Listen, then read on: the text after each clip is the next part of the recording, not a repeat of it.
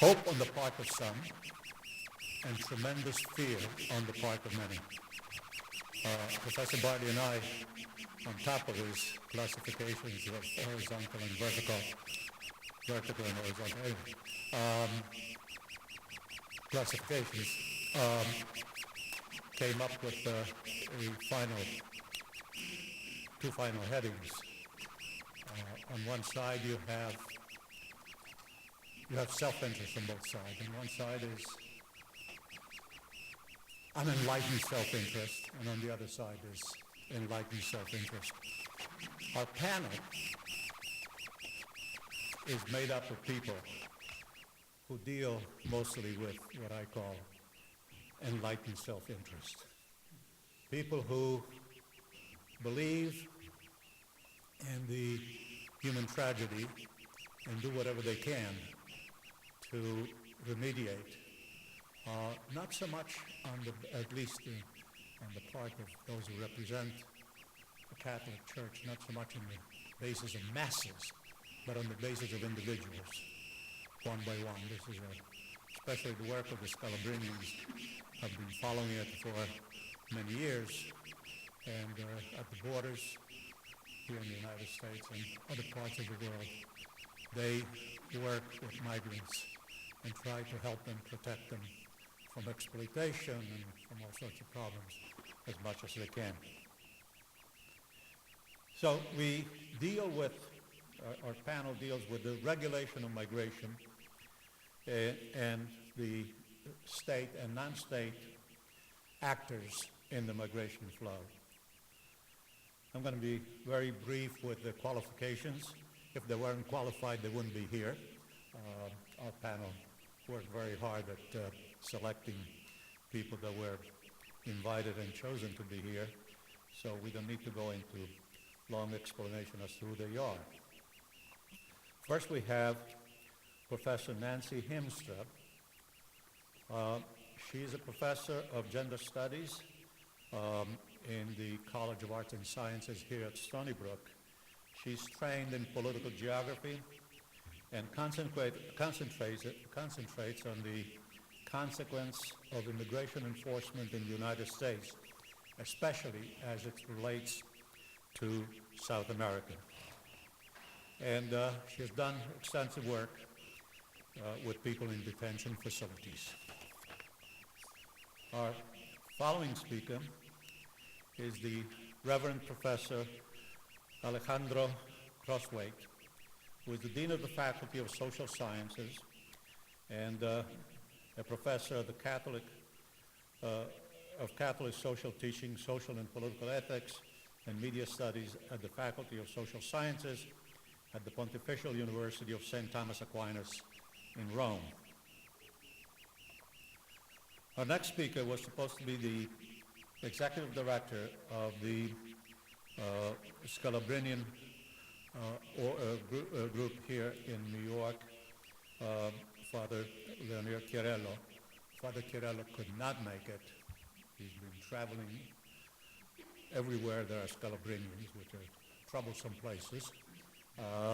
But we have with us one of his colleagues, Father Marco Escobar, who drove all the way out here today, and we thank you for that, Father Marco.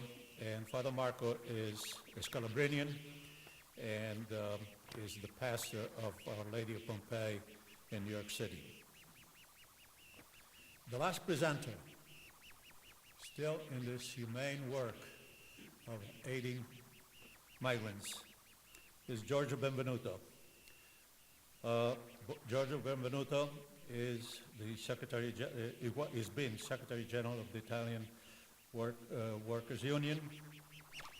He has been a senator and is active presently as president of the Foundation Bruno Buozzi and the Foundation Pietro Nenni. And I'm happy to say that he's been with us. This is not his first conference. At various conferences, I'm very dedicated to the cause of the conferences that we have held. So let us begin, and Professor Hiemstra, would you please start? Well, thanks to all of you for being here, and thank you so much to the organizers of this fabulous conference. Every session that I've been able to catch has just been wonderful, so thank you. And I want to say what I'm talking about today is really a preliminary project, or I'm gathering information for a project that I want to get into the field and really be looking at in Latin America. And I come to this project from previous research that I have done, which, as you just heard, I have done work on kind of the growth of immigration detention in the United States and conditions in detention facilities, as well as research in Ecuador with the families of detained migrants in the United States and migrants that have been deported from the United States. So really I came to this project from picking up on different bits from that different research and wanting to think more about what is happening throughout Latin America. As you know, you hear a lot about today in the United States, as in many parts of the world, a paradigm of deterrence has been at the heart of our border policing and immigration enforcement policies, especially since the 1990s. Okay, so the idea of deterrence is that we need to make our policies such that migration becomes much more difficult and costly, so that people just decide not to migrate in the first place. So what that means is that in responses to migration flows, and particularly the surges, there's often this sense like, oh my God, our policies are not hard enough. We need to make them tougher, right? So this started in the some recent examples are the prevention through deterrence strategy adopted by the U.S. Border Patrol in the 1990s. Under Alan Burson, who spoke yesterday, which was really this idea of let's make the border much harder and more difficult to cross. And today this is articulated as something called the consequence delivery system, right? And which means the idea with this is that we are going to make things not hard just at the border, but much farther afield, right? We're going to spread this kind of transnational message of stay away much, much farther. And we've seen this come up under the administration of President Obama in response to the surge of unaccompanied minors. Some years, 70,000 unaccompanied minors from Central America at the border. The idea of we need to detain these people, detain the families, just spread the word, like this is not going to be easy for you. A very extreme example of this deterrence logic has been recently under President Trump, through a lot of different policies, but one that really grabbed my attention was when then Department of Homeland Security, John Kelly, said last March, like, okay, to stop these people from coming, the families from coming, we are going to separate mothers and children and have them detained separately at the border, right? This policy was not actually adopted, but he says it's still on the table as possibly happening. So policymakers often hold up numbers and statistics and say, look, these numbers are down, since we started doing this, just since Trump took office, for example, there's 80% less people at the border, right? But what I want to suggest is that we really need to look beyond those numbers, beyond the U.S. border. Actually, I think I didn't advance my slides. There we go. Sorry, that's what I've been talking about. We need to look beyond these numbers, beyond the U.S. border, to really get a sense of what's going on and think about other measures of success than just what is going on at the border. This is basically what I'm going to be talking about as I move through the talk. And let's see, so in recent decades, in recent decades, the U.S. has really pushed its activities farther and farther south throughout the Americas to really be policing migration beyond its own southern border. So I'm going to first talk about the activities of the State Department, the Department of Homeland Security, and the military in largely their activities through the building of partnerships. And I'm going to suggest that it's largely a mischaracterization to claim that these aggressive pushing out the border activities are really totally deterrence, right? And I suggest that there are more displacement policies. I'm not suggesting that people are not deterred from migrating, but I think there's a whole other range of consequences when people aren't at the US-Mexico border that we need to take into consideration. And finally, I'm going to argue that these extensions of policing contribute to a lot of unsavory activities that we really, in some ways, would rather not discuss. Activities that violate human rights and fuel illicit activities. Okay, so then I'll just conclude briefly at the end by considering some changes since President Trump took office and think about a few similarities for Europe and implications of that. Okay, so to begin with the activities of the State Department. Now the State Department, and what I'm talking about are just a few samples of things. There are many things that occur, and I'm specifically thinking about things related to migration, all right? There's many other activities occurring. So in terms of things that affect migration policing, the United States has long engaged in regional security initiatives, right? And these are important. This is in consideration of the fact that 300,000 migrants pass through Mexico yearly en route to the United States, right, in recent years. So the U.S. is supplying money, equipment, and training to source and transit countries, especially through Central America and through Mexico, to try to stop these flows, right? Since 2008, as part of these security initiatives, the United States has provided roughly $2.5 billion to Mexico and Central America. Now, this relationship between the United States and Mexico really started in 2001 with something called Plan Sur, with the idea of we need to address borders south of our own. A big push came in 2007 with the launch of the Mérida initiative. Now, this was a big focus on Mexico, but some money also went to Central America. In all sorts of things, training, equipment, some direct involvement of our personnel. Now, in 2014, in response to the surge of unaccompanied minors and families, Presidente Enrique Peña launched Plan Frontera Sur, or the Southern Border Program, all right? So this threw a huge amount of personnel and equipment to policing Mexico's border with Guatemala and Belize. So this included an increase in security and ground and air surveillance, military equipment, 12 new naval bases on rivers in Mexico, and 3 what they called security cordons stretching 100 miles north of the Guatemala and Belize borders. Now, in terms of Central America, or the countries that are called the Northern Triangle countries of Guatemala, Salvador, and Honduras, there has been, the big partnership is the Central American Regional Security Initiative, all right? And so in 2014 alone, $160 million was given as part of this initiative. And a couple examples of how this has played out on the ground in terms of migration policing. There's many other components of this, but one thing was called Operation Rescue Angel, all right? So this included the training and equipment of elite Honduran forces trained by the U.S. Border Patrol, ICE, or Immigration and Customs Enforcement, and others to try to stop minors and families from crossing Honduras from Honduras to Guatemala, right? So stopping people before they left Honduras, all right? Now, so these things are spearheaded by the State Department, but the Department of Security has also initiated a range of activities that impact migration policing, okay? So one is through the U.S. Coast Guard, right?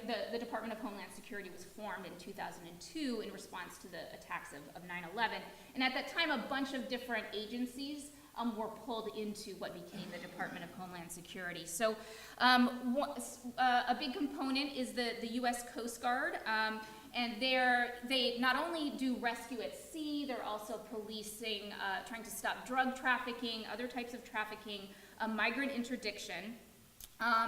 And today the United States has bilateral agreements with at least 26 countries in Central and South America, which allows the Coast Guard to board and pursue flagged vessels, right? And basically operate in those waters as if they were their own territorial borders. Now, the one that you hear most about in relation to U.S. policing is, of course, Immigration and Customs Enforcement, or ICE. Now, in terms of its operations, ICE is divided into two operational components. One is enforcement and removal operations, so that's mainly operating in the United States. Another one, which you probably don't hear that much about, is called Homeland Security Investigations. Now, this is the investigative arm of DHS, and it has offices both at home and abroad, all right? And so the HSI actually has 62 offices in 46 countries, okay, 23 of those being in the Western Hemisphere. So this is actually a pretty geographically extensive presence. So a couple examples of activities that the Homeland Security international operations do. President Obama in 2011 initiated the, sorry, I'm trying to see where I am time-wise. Okay, great. Initiated the Illicit Pathways Attack Strategy, so part of a larger strategy to combat transnational organized crime. And really, they explicitly articulated our goal is we need to extend our operating borders, okay? Now, as part of this, there has been a lot of focus on trafficking, smuggling, right, and also, as a matter of course, migration policing, okay? Now, one of the things, for example, is the transnational criminal investigative units, okay? So this is an explicit focus on trafficking. They're working through these partnerships with other countries, and just the TCIUs, there are 9 units with over 250 local law enforcement officers, right? So in these different countries. Okay. Now, to think about what's going on with the Department of Defense, right? So there has been really a significant policing out of activities specifically related to migration policing. This happens a lot. What's the area of the military coordinating what's going on in the Western Hemisphere is called the U.S. Southern Command, or SOUTHCOM, which was established after 9/11 to coordinate all U.S. military activities in Latin America, protect U.S. security interest. So we've really seen a serious stretching of U.S. military presence and power. So the U.S. has agreements to use air and naval bases throughout Mexico, Central America, the Caribbean, and some in South America. We actually have 2 bases called cooperative security locations in El Salvador and Aruba, Curacao. And here again, you see a big emphasis on partnership, right? So working together with these local police forces to do activities. So just a couple examples of these. There has been, every year since 1960, there has been something called UNITAS. It's a multinational maritime exercise. And I think this past year, it was in Peru in July. This involved 18 different countries, right? So really working in these cooperative relationships with a lot of different companies. There are also specific joint operations. There's something going on now called Operation Martillo. We're working with the militaries and police of 14 different countries on drug interdiction, and then additional kind of specific targeted special operations, right? Now, okay. So obviously, I mean, a lot of these things are clearly important for kind of protecting U.S. national interests and our security. You obviously want to know what's going on if there are threats coming towards you. But a lot of what happens is because the idea, all pulled into these ideas is policing migration, right? So when you're framing the policing of migration as part of these activities, it has the effect of criminalizing migration, right? So in the course of conducting these activities, migration is often just, it's no longer just the movement of people. It becomes to be seen as this very sinister, threatening thing to United States security, just by kind of how it's framed and approached by these different organizations. So here I want to talk about this idea of displacement. And this is Thomas Wong, a political scientist in California, has talked about this, that a lot of policies in both the United States and Europe that have this deterrence idea end up really having more of a displacement effect, okay? So they are keeping all of these extraterritorial efforts are keeping migrants away from U.S. borders, right? You can see this in statistics. But if you really look at what's going on, right, things are just being pushed elsewhere, okay? And with this largely hidden from public discussion is this reality that deterrence isn't exactly happening, right? We're just kind of pushing the border that we're policing south, okay? And so there's this quote by Secretary Jay Johnson in 2015 who was really citing these numbers, like, look, our numbers are down, these policies are working, but at the exact same time, the numbers of the people being detained and also deported from Mexico went up almost the exact same amount, all right? So, and you can kind of see this. I have two graphs of, this is, I just kind of want you to see the trends in the graph here. So these are the statistics in the United States, and you can really see that it looks like people that we're deporting is dramatically going down. So you look at this and you're like, yes, these policies are working, right? But then if you look at statistics on what's going on in Mexico, right, there's a corresponding increase in terms of their enforcement activities, okay? So, and Mexico now apprehends more Central American migrants than the United States, okay? So those in transit than the United States. So what I want to discuss now is what are kind of the consequences for migrants of this displacement effect, right? This pushing south of the border. And one consequence is, one big thing is increasing risk, danger, abuse, and violence, right? This has very violent consequences for a lot of migrants, okay? So when security cordons are created or people are forced off particular routes, they choose other routes, all right? So this is a map by the Washington Office on Latin America, basically of where safe houses are, where different, yeah, I know you can't see it that well, but where particular gang activity is, and you just see people starting to thread the needle through where security checkpoints are, okay? So this means that they are going to more remote places, away from shelters, right? They're really going to these particularly lawless areas in their routes, okay? Where there's more gang activity, more robberies and assaults, and more death, all right? Another thing is that particularly in Mexico and also in Guatemalan facilities, the conditions of detention are horrible, right? We don't have great conditions in the United States, but they are far worse in Mexico. And people are detained for extended periods of time. They often have no information. There's physical mistreatment, high rates of abuse, and there's high rates of rape in detention facilities for women. And so despite reports of these problems, the U.S. government continues to fund these detention centers, right? To give money to Mexico, to give money to Guatemala to pay for these. Okay, that's great. And there have also been serious abuses by Mexican officials, right? There's a lot of reports of mistreatment, not just in the facilities, but officials, police along the route. And in general, there is a lot of increased illicit activities, right? So supposedly this suite of extraterritorial policing is supposed to cut down on illegal activities. It's not working, right? All this money being funneled toward policing is increasing corruption. There is more human smuggling. Smugglers become even more necessary. And there are other illicit activities, okay?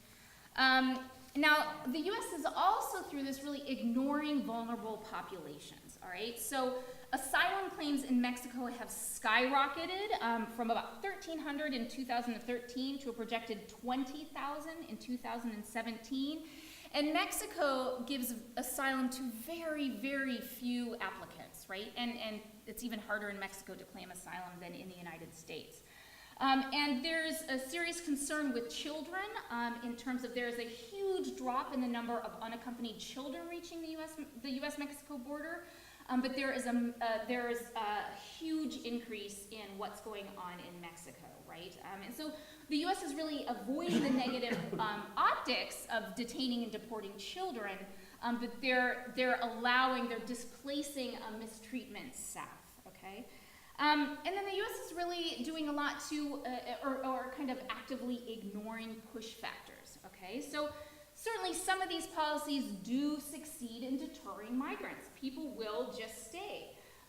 But I think we need to think a little bit about the conditions of what happens when people decide not to stay, not to go. There are a lot of reports of people being deported from the United States and almost immediately killed by gangs, subject to a lot of violence, things like that. And we're kind of also failing to really address why people are migrating, right? These are conditions in these countries, and we're also ignoring the United States' role in the creation of a lot of these conditions in terms of decades of military, political, and economic intervention. So to conclude, just a few thoughts. Some of the thing, Trump in some ways is really buckling down on the deterrence policies to an even greater degree.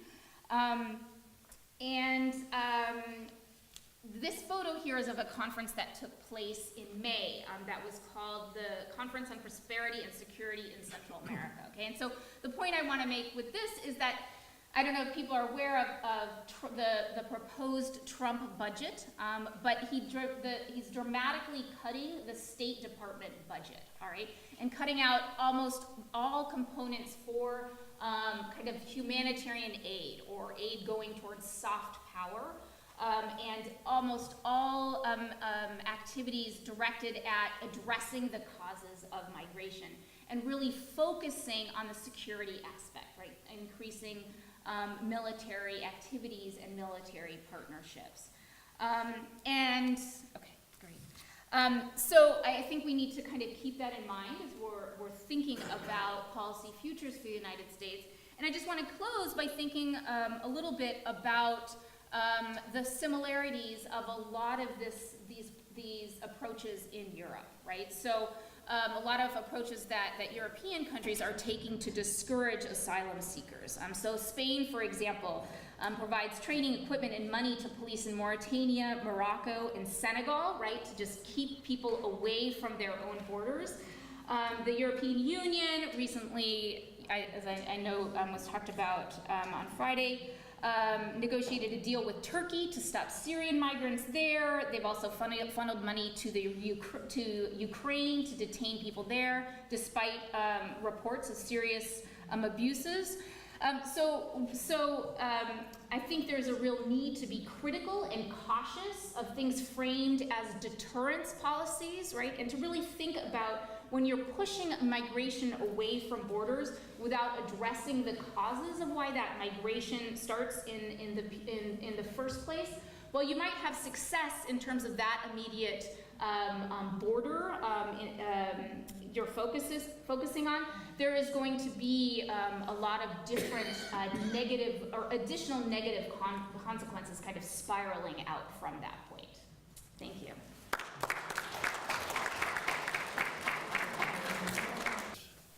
Our next speaker is going to be Dean Alejandro Crosthwaite, and he's going to be speaking on the human trafficking in the U.S.-Mexico border, the Roman Catholic Church's response. I'm going to give you 5 minutes and then 2.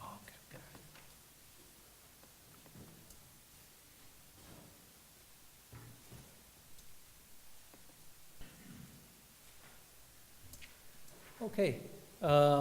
First of all, thank you very much for the invitation to be here with you this afternoon, and especially through Professor Troiani has always mentioned to me the programs that you have here, and also we used to have the program Ponte, which it would send students to our Pontifical University in Rome, and then welcome them there and do some lectures with them. So it was a great connection between Stony, Brook, and the Pontifical University of St. Thomas Aquinas in Rome. The reason I took this topic is because our Faculty of Social Sciences, of which I'm the dean, was invited 6 years ago to participate in a think tank, which is run by the Caritas in Veritate Foundation, which is located in Geneva, Switzerland.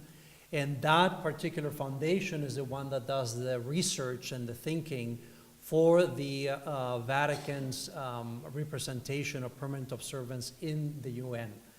And so basically, when Cardinal Tomasini was there as the nuncio, as the representative of the Holy See at the UN, he really wanted to involve the pontifical universities and other Catholic universities in the research on these world issues.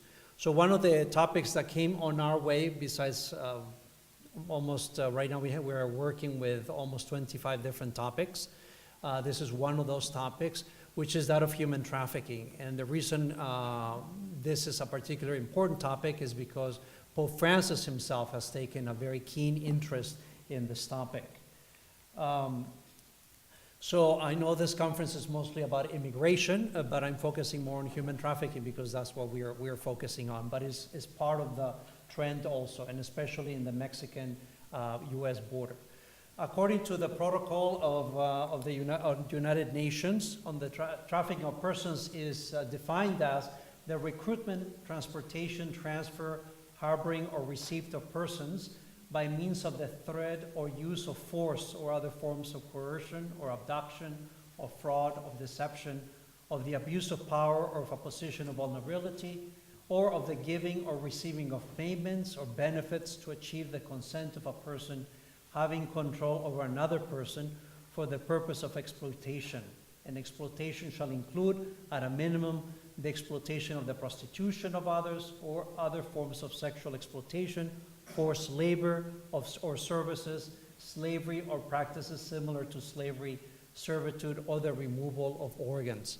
So as you can see, it's a very all-encompassing definition. Here we can see some of the trends of basically of human trafficking, and as we can see, especially for North America and especially in the Baja California border, most of the trafficking comes from South and Central America. Although now we're also getting very much from the Caribbean, and we're getting some from East Asia and the Pacific. Now, with regards to the Holy See, I would have to have a whole year course just to explain what the Holy See is, and especially the Roman Curia, which is the bureaucracy that helps the Holy Father in the governance of the Church from a religious point of view, but also as a institution that under international law has its own sovereignty and therefore representation at the UN. So from all the offices that help the Holy Father in his mission is the Secretary of State that focuses precisely on the topic of human trafficking, because it is the office that deals with the international and diplomatic relations of states with the Holy See. And therefore, one of those particular offices is the Holy Mission at the United Nations, the Holy See's mission, which is being represented by Archbishop Bernardino Ausa here in New York City.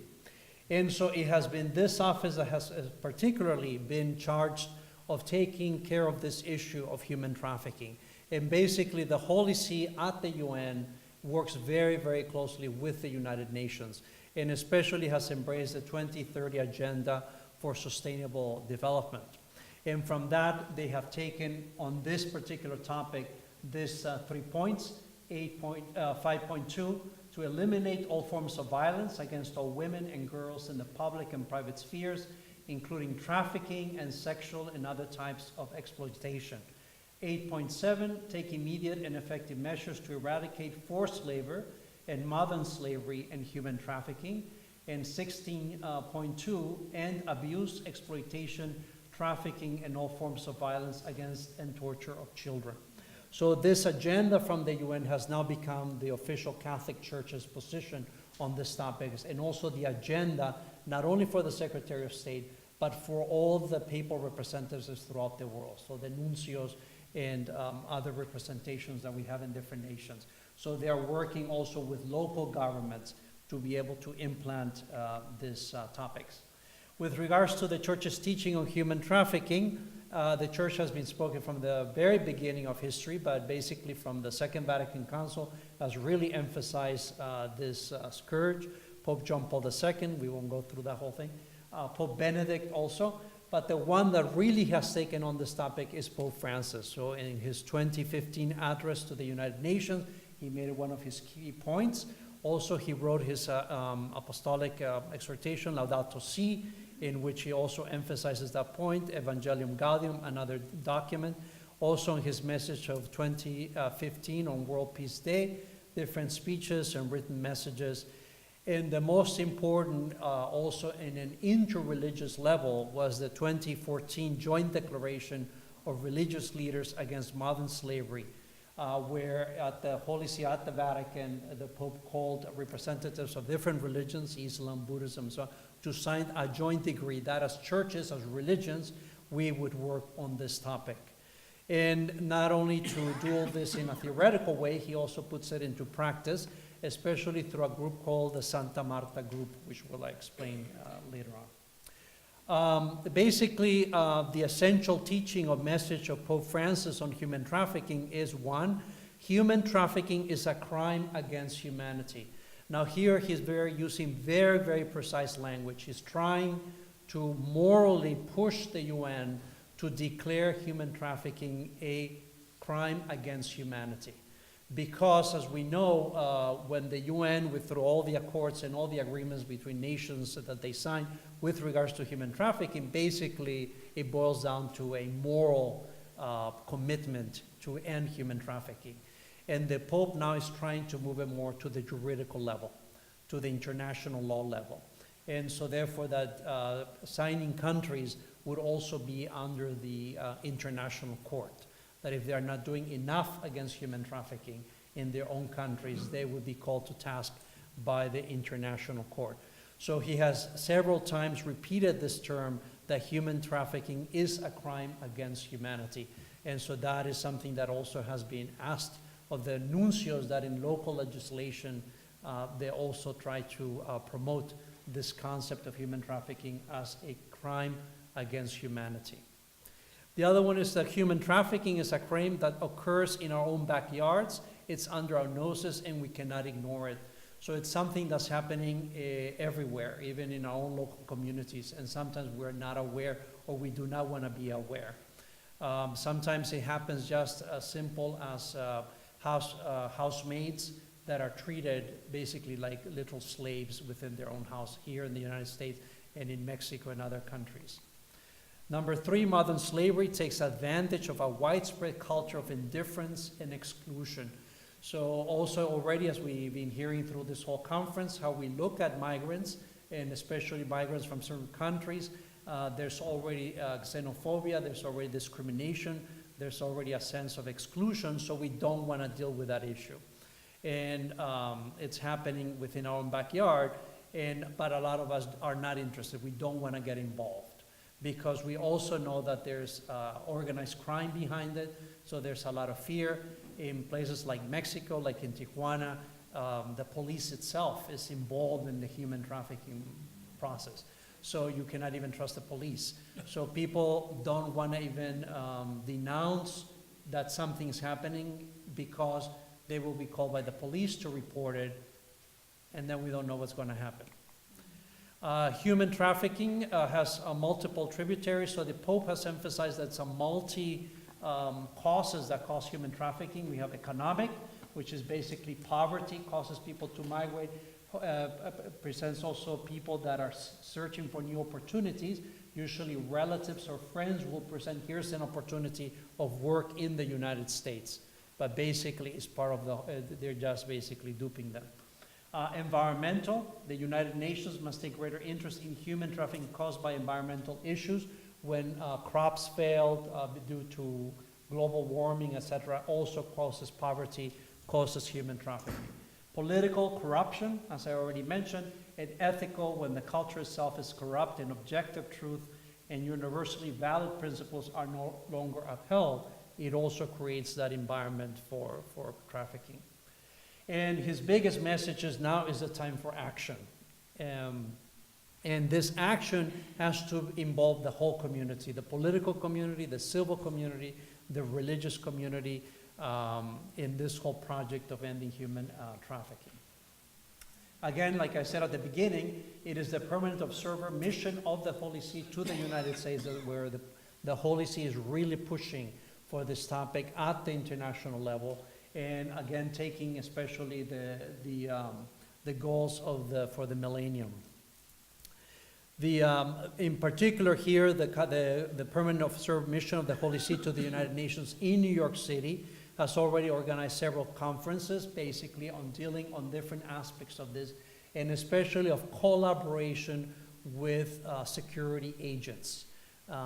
Because it is the security agents, police, FBI, CIA, for example, in the United States, that are the ones that deal with trafficking on a day-to-day basis. They're the ones that confront this issue. So what can they do to help with this? And so a lot of conferences have been focusing on that, as well as on trying to convert human trafficking into a crime against humanity.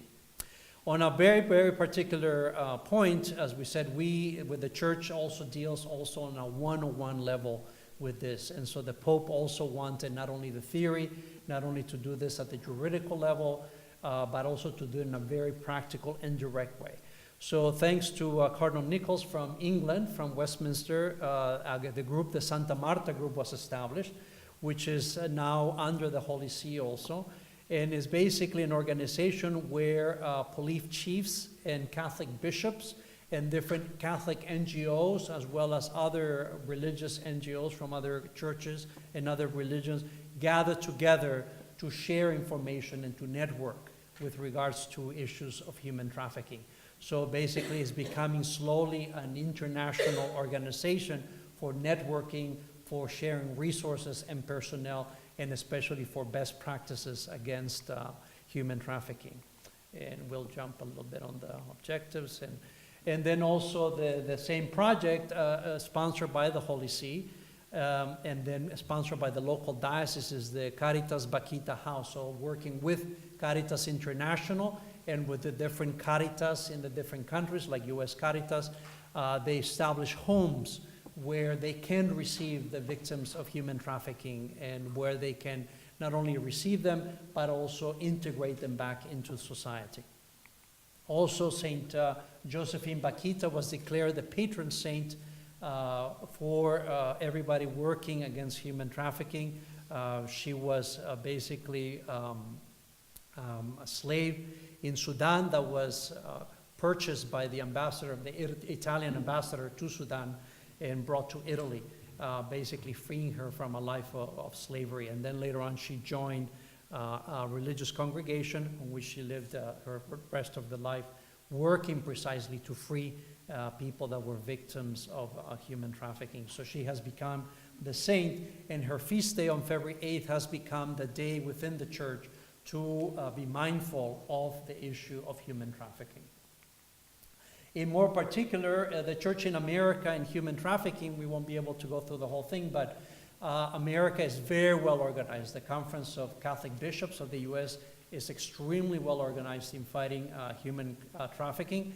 Basically, there's also been a joint work between the Episcopal Conference in Mexico and the Episcopal Conference in the U.S., and they wrote a pastoral letter concerning migration and the issue of trafficking, where together they declare that trafficking in persons in which men, women, and children from all over the globe are transported to other countries for the purposes of forced prostitution or labor inherently rejects the dignity of the human person and exploits conditions of global poverty. Within the United States, basically everything falls under the United Conference of Catholic Bishops and the anti-trafficking program, as well as the migration and refugee services. Under those services, there are several initiatives, like the Coalition of Catholic Organizations Against Human Trafficking, from where the Scalbrinians are also a member, Trafficking Victim Assistance Program, Become a Shepherd, which basically provides information and training at the local parishes to make local parishes aware of the issue and what they can do to solve this issue. Also the Amistad movement, which also through different programs helps especially victims of trafficking, especially women and girls, to again recuperate and to integrate back into society. Then, of course, they emphasize February the 8th as the International Day of Prayer and Awareness Against Human Trafficking. Here we see some of the major initiatives of the coalition, which again is a networking of different Catholic institutions, of NGOs, religious orders, volunteers that work with this, against this program. And they formulate plans, promote development of services for trafficking, and dialogue with government officials, so always a collaboration with government officials, as we do at the international level, UN, Holy See. At the local level is the local diocese dialoguing with local law enforcement. We won't go through here, but basically, and these are some of the main organizations that belong and are actively helping the Conference of Bishops with this issue. Then also there's a trafficking victim assistance program, especially where people can call to get assistance, to find a shelter, et cetera, et cetera. Right now it's only in 2 regions, Region 3 and Region 6, that include the states. And so this is also where the Patita House program is being established slowly. Hopefully at one point it will cover the entire United States. Become a Shepherd, I said, which is synonym for Stop Human Trafficking and Exploitation, Protect, Help, Empower, Restore Dignity, is an educational tool for schools, for parishes, and for other groups to become aware and what they can do. And again, I already explained the Amistad movement. The Church in Mexico and human trafficking, so on the other side of the border, also it is basically the Conference del Episcopado Mexicano, the conference, Mexican Bishops' Conference, that deals with this issue. Unfortunately, because of resources, economic as well as human resources, the Diocese of Mexico, the Conference of Mexico cannot deal with this issue. So basically, in Latin America, it's dealt from a continental perspective. So basically, is the Salaam that deals mostly with this issue as an organization. So Salaam is the Conference of Latin American Bishops, it includes the whole Latin American speaking world. And with that, the Mexican Episcopal Conference participates. So through Salaam, they especially have created the Red Clamor, which is the Latin American for human mobility and refugees. And so through this group, they're working throughout the entire continent, from Argentina all the way to Mexico, on this issue of human trafficking, especially through the Por un Grito de Vida campaign, through different TV and radio and other publicity stuff. In Colombia, they were extremely successful, where they even were able to produce a telenovela. So as you know, Latin Americans, we love telenovelas. And so there's a telenovela where the main character basically goes through the suffering of human trafficking. And then the telenovela also shows what are some of the opportunities that they can do. Yeah. So this was a great thing that they did. And so here are some of the main points that Red Clamor will do throughout Latin America. And some of the particular organizations, different religious orders, different TV and radio stations. For example, in Colombia, they're the one that produces telenovela, and different religious orders, the Padres Scalabrinianos, which we'll hear later on, the Franciscans and the Dominicans also involved. Another big event by this group of Grito de la Vida, which is most of its members are in Brazil. The biggest project was when they had the World Cup. So they knew people from all over the world would come to Brazil, but also a lot of people would exploit the local population, especially the vulnerable, for sexual exploitation and prostitution. So they organized the whole Yogue a Favor da Vida, Denuncio Tráfico de Pessoas, to basically become aware, and they put this in all the hotels. They were taken down by many hotels, but they put in every hotel room advertising to beware. We know that you're here, and we know that this is a problem here of human trafficking in Brazil, and we're watching. And if you are a victim of this, these are the organizations you can visit. So it was a very successful campaign, and also to be aware of this topic. Also in the Caribbean, the Rama group is one of the most important ones in the Caribbean. Again, it's mostly religious orders, religious sisters the work in different shelters and so on to fight at the government level, but also at the one-on-one level with regards to this issue. So thank you very much for your presentation. Our next presenter is Father Marco Escobar, who will be representing the executive director of the Scalabrinians Scalbrini Center in New York City. Father Marco is the pastor at Our Lady of Pompei, and he will be talking on the commitment of the Scalabrinian missionaries to migrants, refugees, and deportees at the Latin American and the United States border. Father Marco. Thank you, Professor. 5 minutes. I don't have any PowerPoint presentations because the executive director we have has just asked me 2 nights ago to represent him. So I apologize for that. In my brief intervention, I will present 2 main aspects of the Scalabrinian commitment with the migrants, refugees, and deportees in Americas. First, the Scalabrinian commitment with its history, and second, the current programs that the Scalabrinians are doing or promoting. The commitment of the Scalabrinian missionaries along its history is to welcome migrants and protect their rights in Latin America and the United States since its establishment in 1887 in the late 19th century by our founder, Bishop Scalbrini. And the congregation has accompanied millions of Italians. That was the first initial attempt of our founder to accompany the Italians who came to America. And since its foundation, the Scalabrinian congregation has established more than 300 parishes, 180 schools, institute, 12 hospitals, 50 migrant service centers, 10 centers for seafarers, 5 orphanages, 2 academic institutes, 12 hospitals, 50 migrant service centers, 10 centers for seafarers, nursing homes, 14, and 8 centers for migration studies, where we do the scientific studies of migration. The Scalabrini International Migration Network has just been created, established in 2007, which aims to strengthen the coordination and networking among all of these services as the operational arm of the Scalabrinian congregation to promote cooperation with governments, organizations, and civil centers.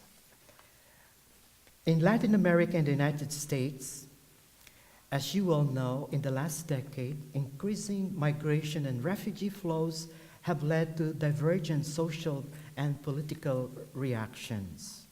On the one hand, the governments of these countries are now increasing control measures to restrict migration and refugee flows through their borders. And we have listened to the previous speakers.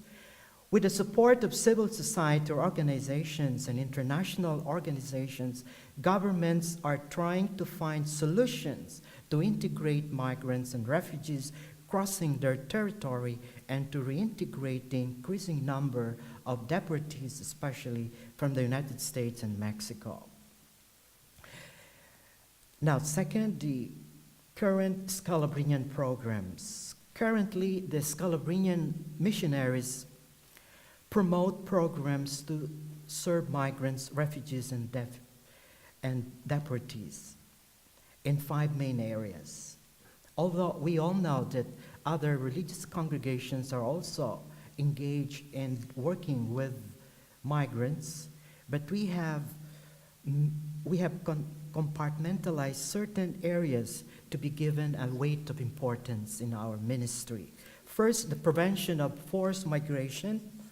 Considering prevention of forced migration is the first step to properly regulate migration, including its root causes, as Scalabrinians, we are promoting employment, job creation and development programs in different countries of the America, especially in Argentina, Brazil, Chile, Colombia, Haiti, Guatemala, and Mexico. So these are the main countries in Latin America.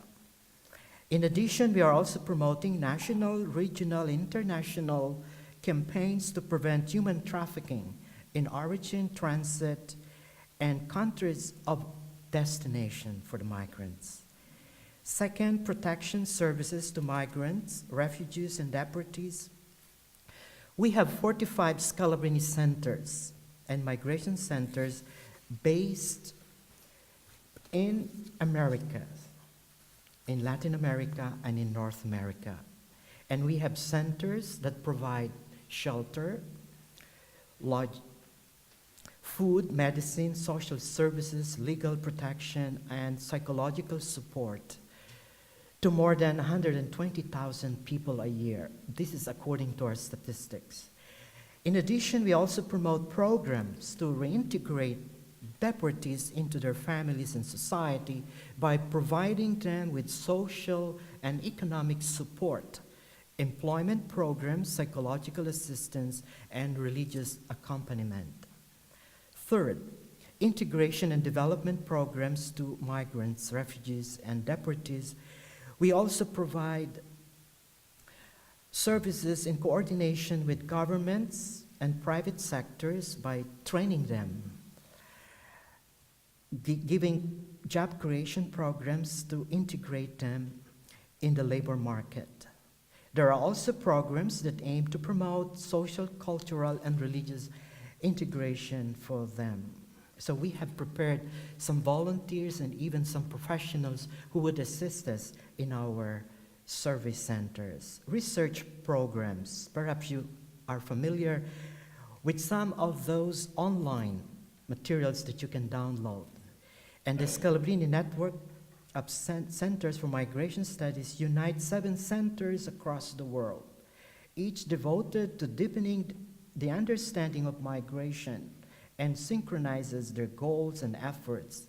We have major cities of 5 continents run by the Scalabrinian congregation in Paris, New York, Rome, Basel, Sao Paulo, Buenos Aires, Manila, and Cape Town in Africa. In the Americas, centers monitor the development of international migration flows, policies, and related issues, including human trafficking, trends, and challenges. Fifth, policy and advocacy programs. This is an integral part of the Scalabrinian mission and of our daily activities around the world.